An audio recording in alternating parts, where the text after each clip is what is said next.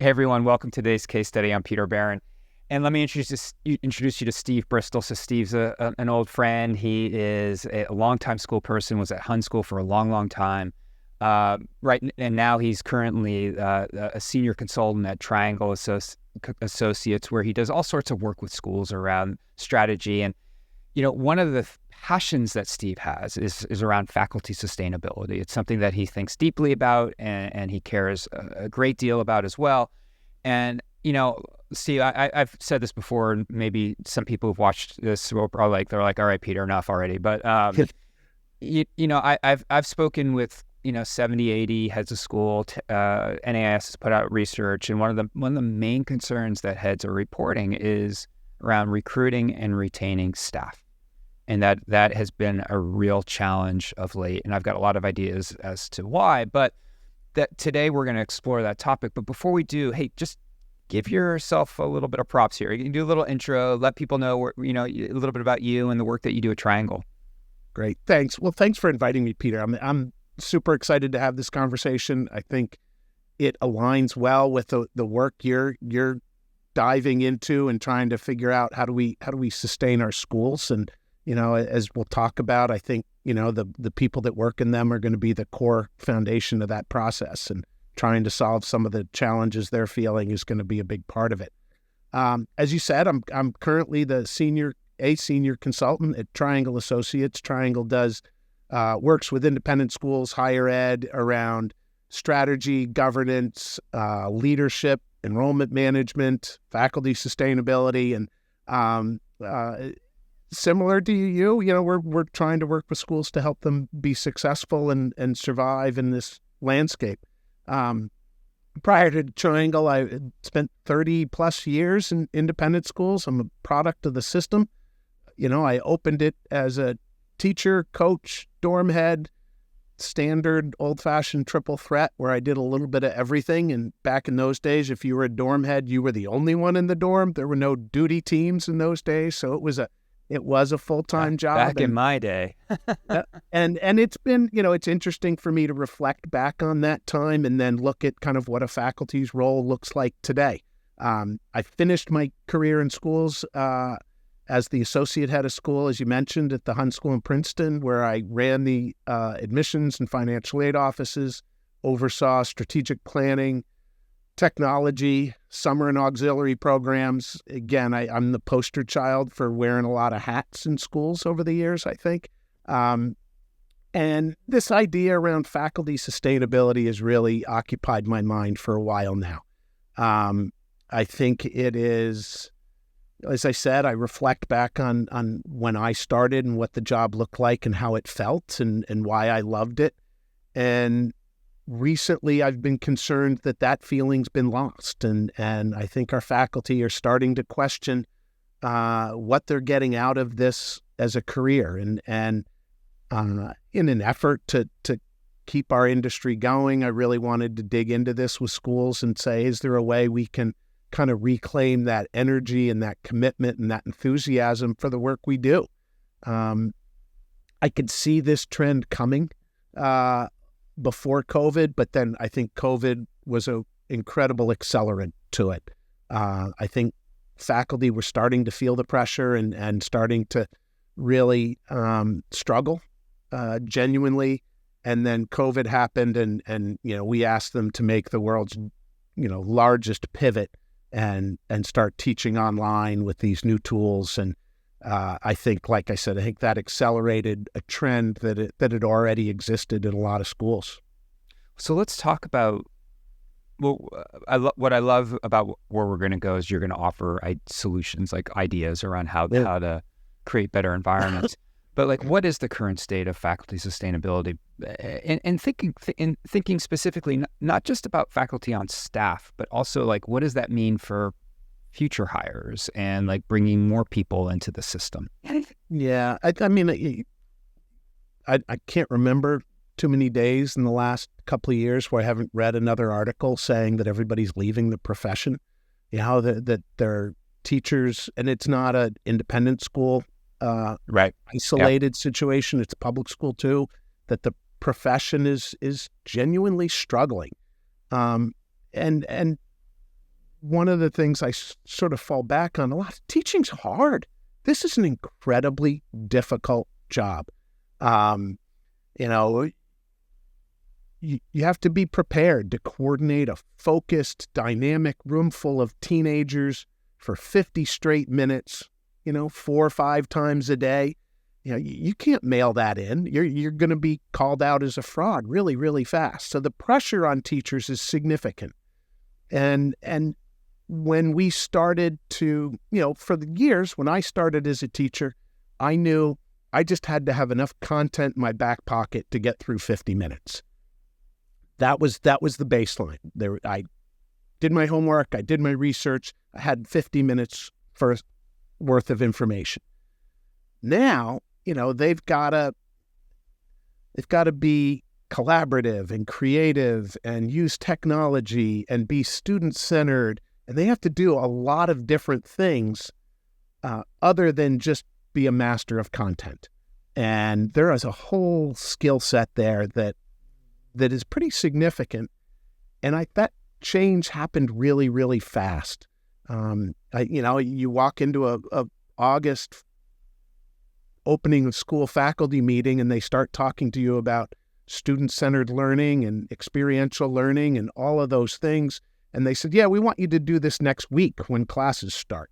I don't know if we did a great job supporting our teachers through that transition of, the old-fashioned sage on the stage thing to being these really, high-powered presenters and coordinators of, I think of a classroom today, it's almost like an orchestra. You get all these different pieces going and you have to redo that multiple times a day and 5 days a week. It's a lot to ask people. And so I think we took a job where, it's anxiety producing anyway, because it can be really lonely work. You don't get a lot of feedback other than, the kid falling asleep in the back row, but, nobody's really watching you do your job. And so you never really know how good you are or how bad you are. And all of a sudden we said, you need to do a lot more. You need to do it in a whole different way. And we're now going to watch a lot more closely. And I think people kind of freaked out a little bit. It became a high pressure thing. And then you throw in, the parent expectations, again, well documented through the press that, parents are watching a little more closely, demanding a little more value, not looking at teachers the same way they used to, whereas, that's a professional who has, they're an expert in chemistry. I don't know anything about chemistry. I can't even begin to question what they do in a classroom. Well, that deference has really dissolved, I think. And now we're sort of in the Burger King culture of, I want it my way. It's probably a dated reference there from old Burger King marketing, but, I think it applies a little bit. And I think for our teachers, that anxiety that already existed in trying to do your job well without a lot of feedback, now everybody's telling you to do it differently and they're watching over your shoulder every minute. It could scare the daylights out of them. When you were, obviously very recently left Hun, so this is very fresh for you. What were you observing in terms of, how did that anxiety materialize? How did you see it? What was this, what were some of the challenges that emerged out of that?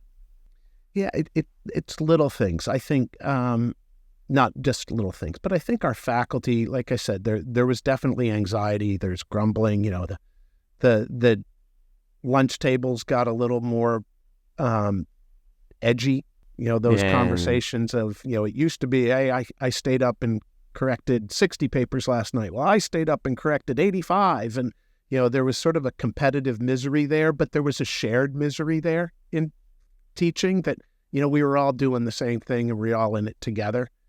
I think a lot of our faculty today feel like that cohesiveness has started to dissolve. They would call it, I think, more of a corporate culture of, I'm being evaluated and I'm, being held to standards that I wasn't really trained to work up to anyway. And we're asking them to do more and more. When you factor in the advising, teaching, coaching, all of which you're expected to be expert at, you can't just kind of be good at it. And now you have to be a counselor too. You've got to be conscious of your students' health and wellness, and and students aren't in class because they're in the counselor's office now. Well, how do I navigate that as a teacher? What level of accountability do I have to place on those kids so that I get grades in and I do all the practical work? And it's become more complicated and a lot harder. And again, I don't know if we've really prepared them well for this yet. I mean, COVID it's just what the impact that had was just unbelievable. I mean, I look through it through my own lens and just like how it impacted my kids and their relationship to school now, and it's just very different as a result. Like the what they need is far more complicated, and maybe they needed these things before. And I'm speaking more generally now, obviously, but like the needs are just much more significant, and I can only imagine the pressure that puts on a teacher. Yeah, it's and we've also added. You look at the programs that schools have added in the last 15 years. Yeah. Now we're not making our faculty any bigger, but we're offering more and more stuff, and schools are good about it, sort of acknowledging that if we're going to add things, we need to knock down and sunset some other programs, but we're not great at following through on that. And part of it is we're nice people, and those programs are run by nice people, and I don't want to go to Mrs. Jones and say, what, we're not going to offer this program anymore because there really isn't demand, but we're going to keep adding these programs and then spreading our staff more thinly across them, again, with this added expectation of you have to be really, really good at this thing too. And I just think that the forces all came together, and our teachers sort of kind of woke up and went, holy cow, this isn't what I signed up for. And, when you and I talked about this, I call this sort of discussion, I frame it around, you can't pay them enough. We can't. We can't afford to pay them for all of the things we're asking them to do. And so we need to look at ways in which to provide kind of intrinsic value to them that makes them remember why they got into this business to begin with, and why they didn't go into insurance and finance and, buying and selling stocks. I think a lot about what you just said. I think a lot about, right? Like, and I'm going to try to boil it down as simply as I can. At the core, independent schools make an extraordinary promise to the families that enroll in the school, right? In exchange for tuition dollars, your child will have a transformational outcome. Maybe it's an academic outcome. Maybe it's an athletic. Maybe it's in the arts. Or maybe it's a combination of a whole bunch of different things, right? But in tandem with that extraordinary promise, the market pressures have caused schools to be more aggressive in terms of maintaining relevancy. Launching new programs, appealing to to today's parents. But yet, to your point, it's not like we're making, we're not like we're generating tons more revenue so that we can fully staff to meet staff all of these programs. Instead, like the strategy that I'm seeing, and it seems like you're articulating, is that we go to the same people who are already overtaxed and are asking them to do more, which is only another accelerant on the challenges that schools are having right now with retaining talent. I think you've hit it on the head, and I think the challenge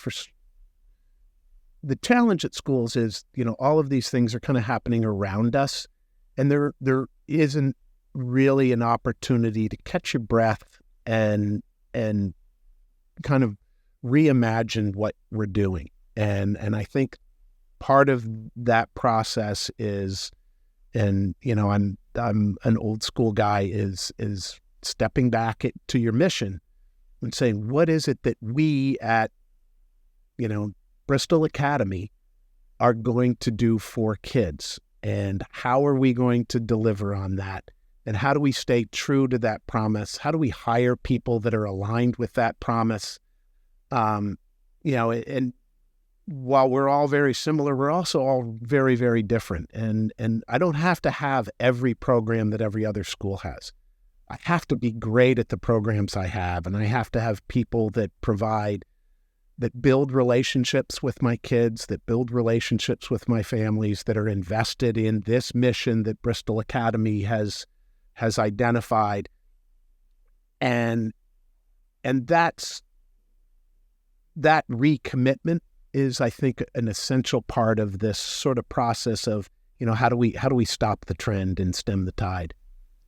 So that's a great pivot, right? So let's start talking about, the ways that we can reimagine this part of the process. And when we were talking before, you had mentioned, the jobs to be done framework, right? And, NA has done a lot of good work around that, right? Like, what are the jobs to be done for that schools are hired for?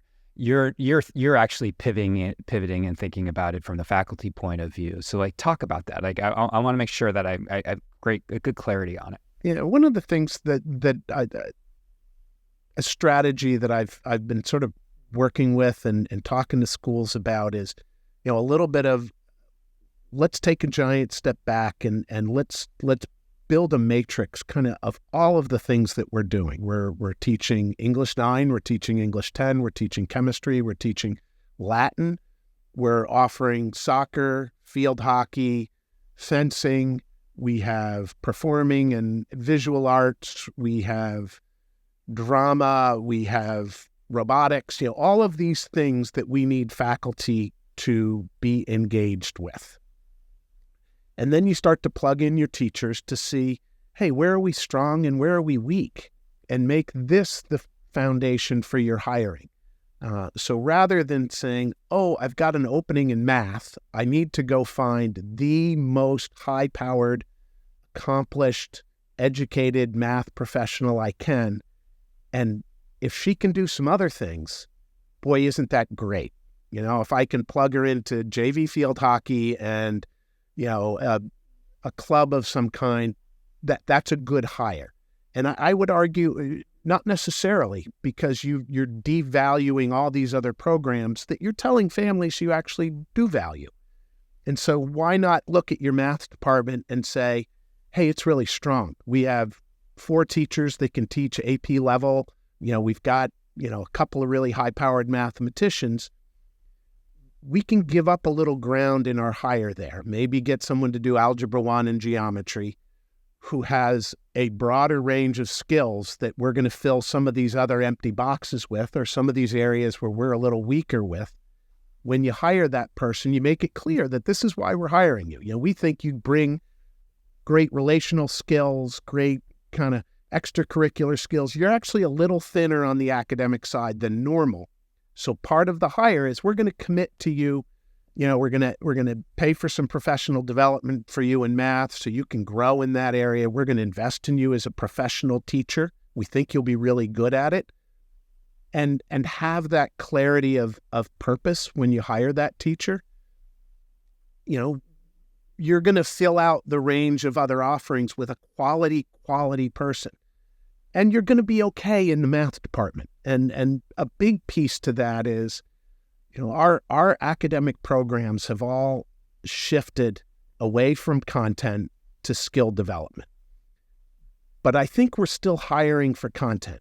I don't think we're hiring for the skills we're trying to teach, the collaboration, the ethical decision-making, the creativity, all of that. So let's shift our hiring so that we're really looking for those traits as opposed to, do you have a master's in math? We can coach you up as a math teacher. If you're invested, we'll invest, we'll move you up in the discipline, but we really need those other traits more than we need your math knowledge.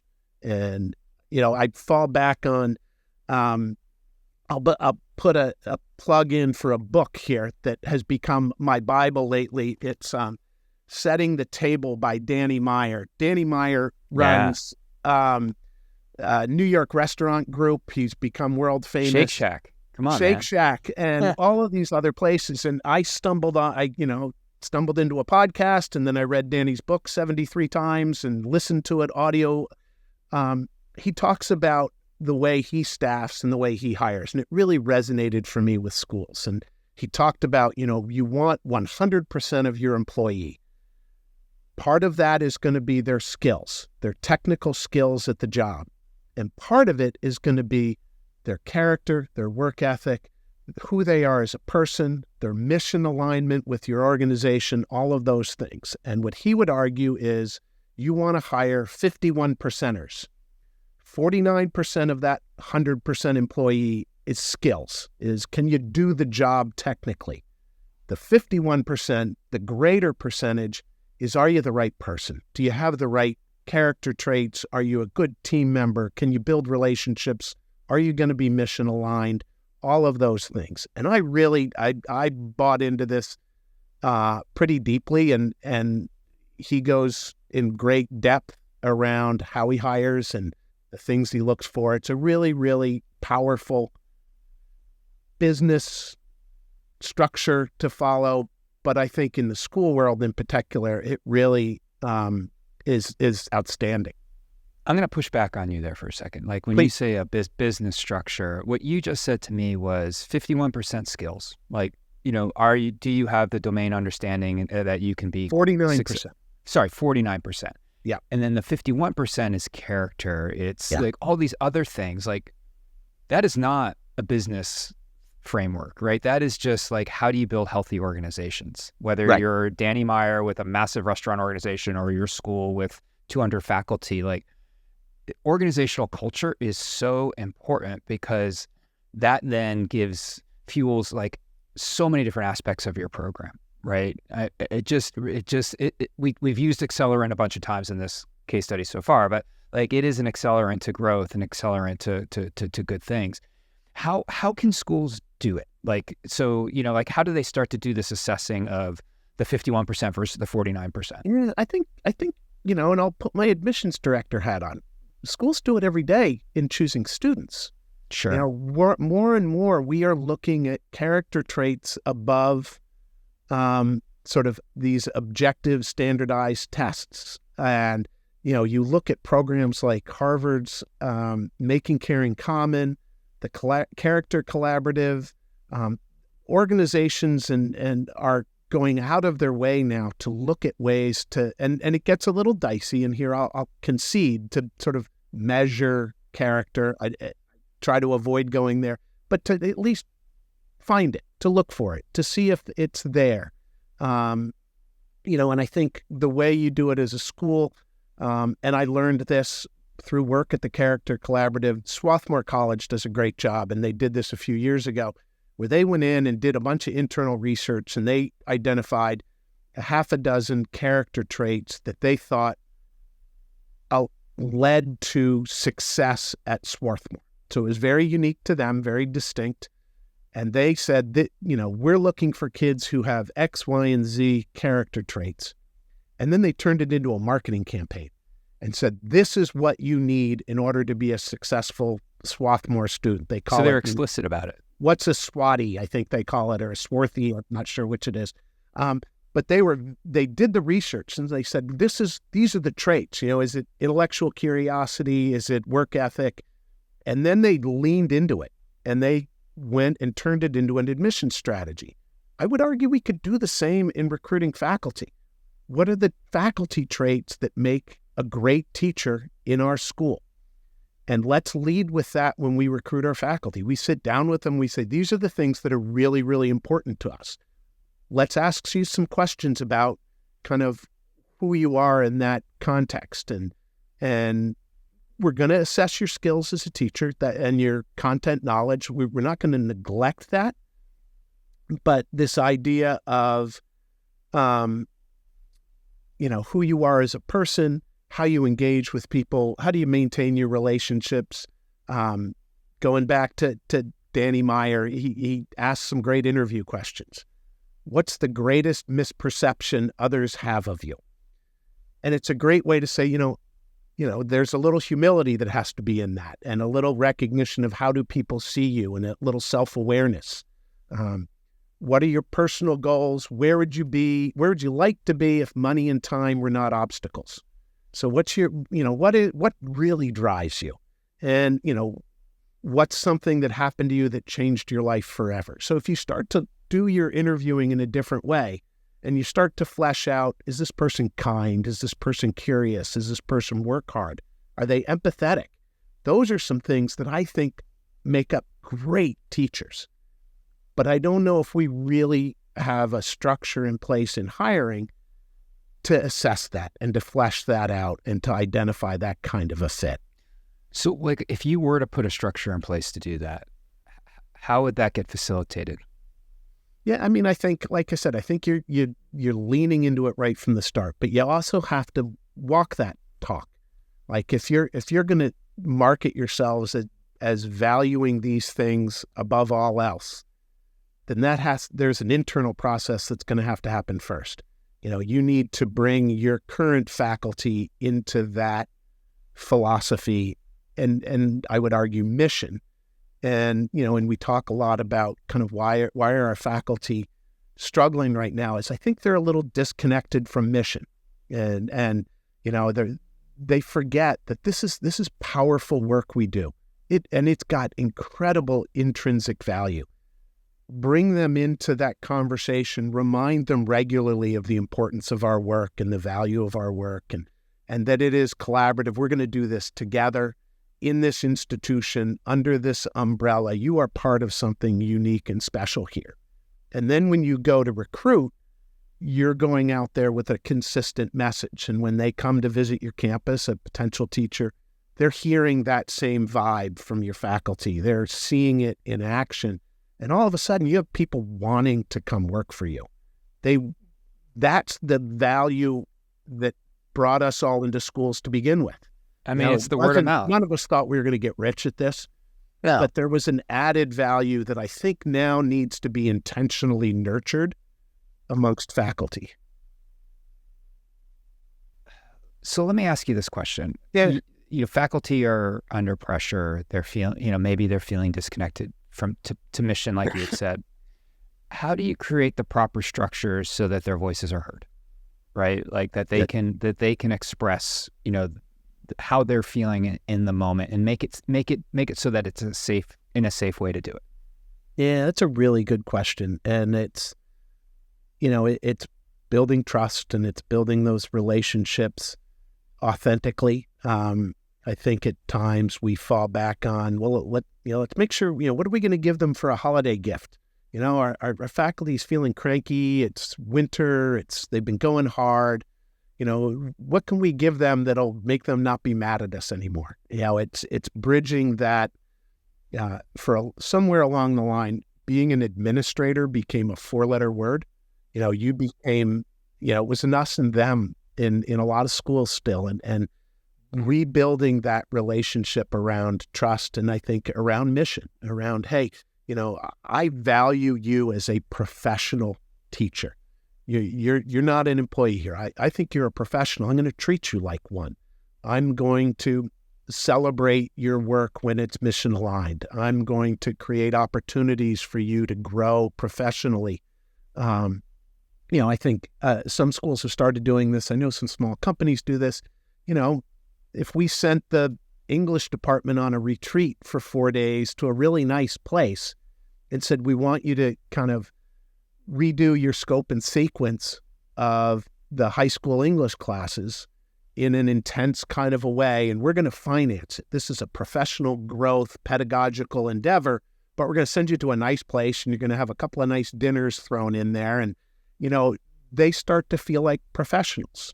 Yeah, not little, but a symbolic thing you can do is, the faculty room of today, I think is, it's a Keurig machine on a Formica counter. And if you have a couple of donuts in there, you're lucky. And then there's some mailboxes. I would love to see a school, and we're building all the time. Why not dedicate space to a really nice faculty room? Create it like an airport club lounge.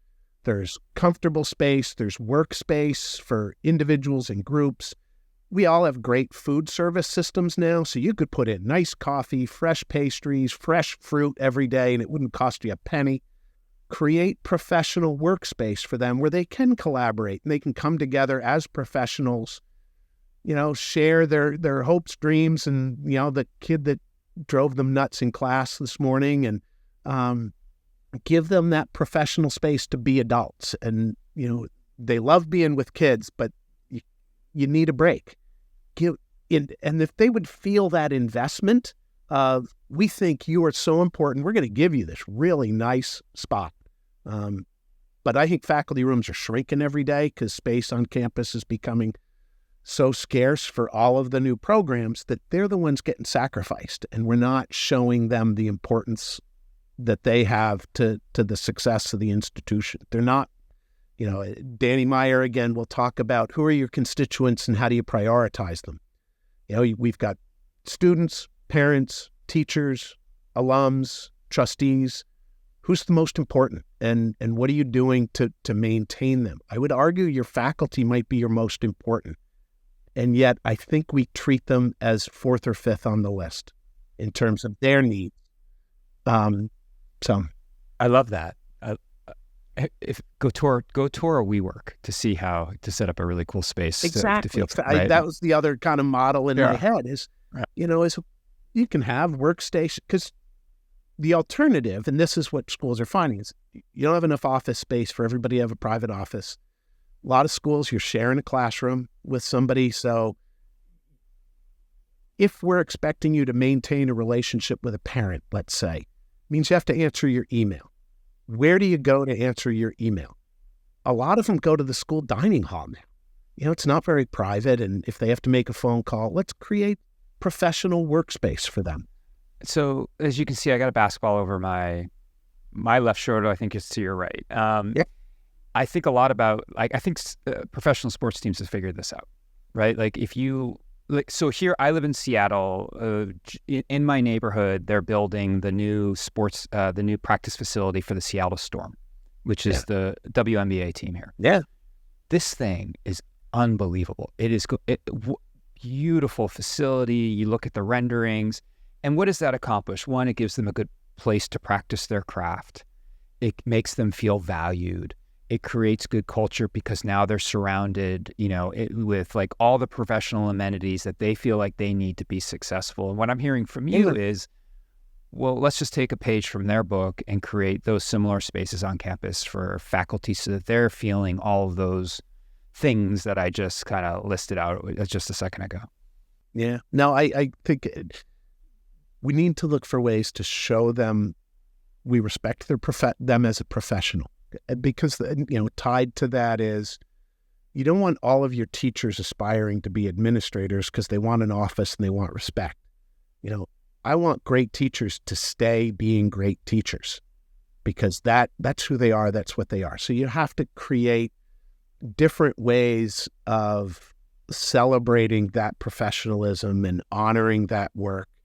And if that can be done by creating a space for them, yes, it's an investment, but is it really the return on it, I think, is huge, as opposed to, building another studio, another something for another group. Invest in the group of people that really make the motor run. I mean, let me make a financial case for it, right? I mean, if you are better at retaining talent and not having to hire new talent annually, just think about the money that you'll save on the recruiting side. Yeah. And so you've got greater retention, which is, some of your measurables is going to be, are your good people staying? Are good people asking to come work at your school? And then it's the trickle down where if you have a happy, engaged, valued teacher in front of 15 customers 4 times a day, for 15 minutes at a pop, those kids are going to go home and tell mom and dad, boy, Mrs. Jones was on her, that we had a great class today. We did all this really cool stuff. And, I used to give a talk back in my admissions director's day that focused on that moment at the pickup line where your child gets in the car and you as a parent ask that loaded question, how was your day? And your whole self-esteem as a parent is wrapped up in that answer. And if your child gives you it's good, you're just like, all right, I guess I'll take good, but I want more for my child. And those days when your kid gets in the car and says, it was great. We did da, da, da, da, da, and I scored a goal. And as a parent, you're like validated and you're excited and you're giving credit to the school, this place you've entrusted your child for 8 hours a day to teach it gets back those to that. things that you would teach them if you kept them at home. It gets them back. Remember we talked about up front, like transformational outcomes, right? Like that's the sort of stuff. Hey, all right. So as we wrap up here, Steve, last question for you.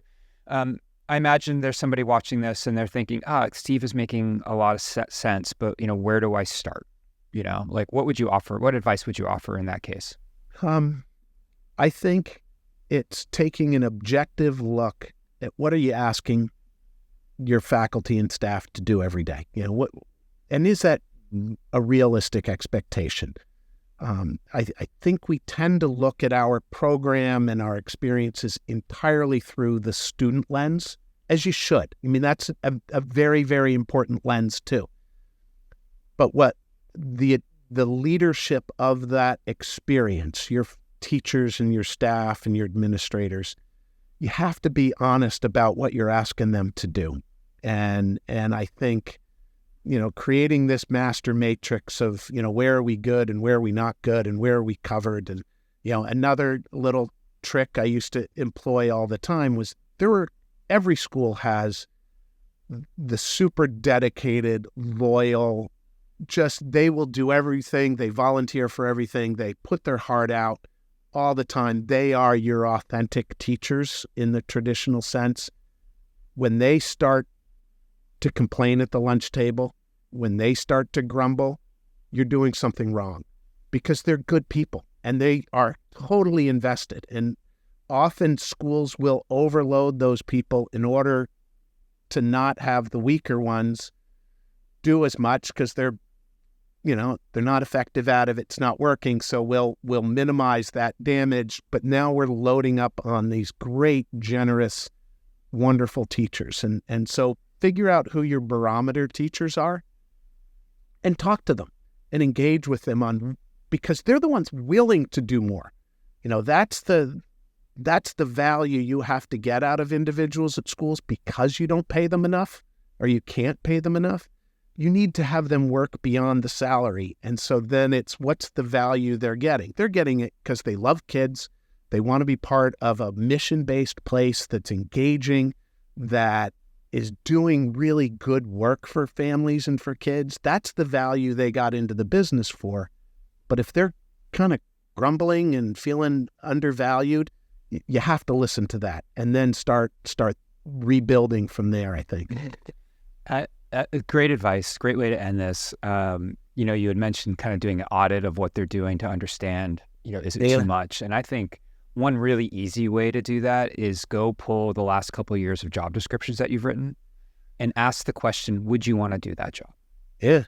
Right? Is it too overwhelming? Does it feel right? Like, I think that's kind of that's the message you're sending out to the market too, right? Like, it's job descriptions. Don't get me started on job descriptions. I think there's a lot of low hanging fruit there. One of the tricks I think about this a lot, teaching's different.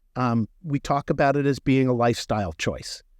But I don't know if we define that choice very clearly and help the people that have made it understand what it means. It's a sprint and stop kind of business. You start up in September and you have to go hard till Thanksgiving. I mean, you're going to work more than an 8-hour day. You're going to do a lot of stuff, but then I'm going to give you a week's vacation. And then I need you to go hard for another 2.5, 3 weeks. And then I'm going to give you 2 weeks of vacation. Same thing through to spring vacation. And then I'm going to give you 3 months off in the summer. That's unheard of in any other industry. But there's a reason for it. It's because you're going to need those vacations. And so then it's teaching your faculty, how do you recharge your battery during those breaks and get yourself psyched up to sprint hard again and give of yourself, but know that you're going to get relief again in a couple of weeks. That's the lifestyle that's really, really different, I think. And I think we need to be honest about that with people up front and talk about how do you train your body and your mind to live in that kind of a lifestyle. I love that. And I would also throw caution on this whole idea of it being a lifestyle, I think we need to re-examine that. And the reason I say that, Steve, is after COVID, people's relationship with work has changed. And this is, I think, particularly challenging on the recruitment side, especially when you're recruiting millennials, and I'm talking at like big macro level here, right? Yeah. So like, don't kill me for like trying to speak. I'm speaking in generalities. I know it's not always the case.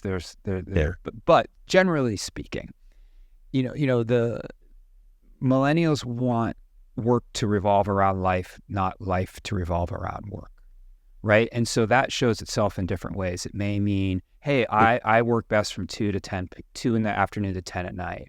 Or, hey, like I only want to come to work 3 days a week and I work at home 2 days a week. Or I want to be traveling around the world and working at the hours that are relevant to me. Like, that's really hard for schools to do.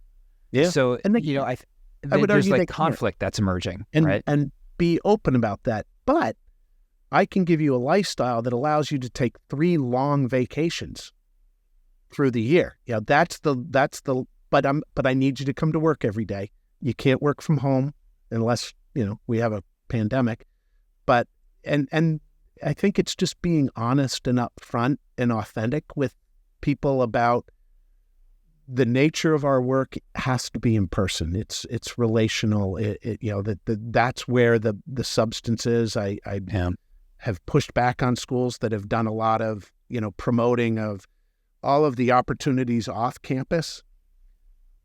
Given the price point we're living at, that on-campus experience better be the gold standard. And you need to market what the value of that on-campus experience is, and then tell your faculty, but we're going to create opportunities for you to go and have a really, have vacations and substantive breaks that other industries won't give you. Like, you aren't going to get, you're going to start your insurance job at, 2 weeks of vacation a year. And so we're going to create a way, but it's coaching them and teaching them how to take advantage of that difference. Here. This has been great, Steve. I appreciate you. Appreciate the work that you're doing. I appreciate you being just so generous with your expertise today. And if folks want to reach out and get a hold of you, like, what's the easiest way to do that? Yeah, I'm at Triangle Associates, and our URL's a little tricky, but my email is sbristol@ta-stl, so it's Triangle Associates in St. Louis.com. It is, I think the work we do is really important. I think that the work you're undertaking is massive, but as someone that's been doing this for 30 plus years, I'm really, really excited about it. And if I can make a quick closing pitch. Yes, please. I think independent schools are the single greatest educational opportunity a kid can have in the world. Like democracy, it's the best out there, but it is flawed. And the flaw is that it's private and it's not accessible and available to enough people. If this were available to more people, the demand would explode. Everybody would want this for their kids. But unfortunately, our supply is actually dwindling because of the exact problem you're trying to solve. The model is broken. And so the supply of seats is getting fewer, yet the demand, I think, is unlimited because we are the best in the educational business. I agree. And if we can resolve that, we can make an incredible impact for kids and families. And I feel really enthusiastic about it. I think the timing's right for this in a lot of ways, to start having these conversations, to push schools out of their comfort zone, to get them away from this idea that selectivity is a sign of strength. This idea that we're measured by how many kids we say no to. I don't want to, I want to be measured by how many kids we serve well. And, but all of these ranking services, and this is a trickle down, is giving us credit for saying no to lots and lots of kids in an industry where I just think we want to say yes to more and more and more. And I appreciate the work you're doing to try to help solve that problem. And love these conversations. Well, Steve Bristol, thank you. I imagine folks can also find you on LinkedIn if that's a little bit easier. Absolutely. And Absolutely. no, I appreciate your time. And yeah, Yeah. keep doing what you're doing, my friend. All right. Thanks so much, Peter. Have a great day.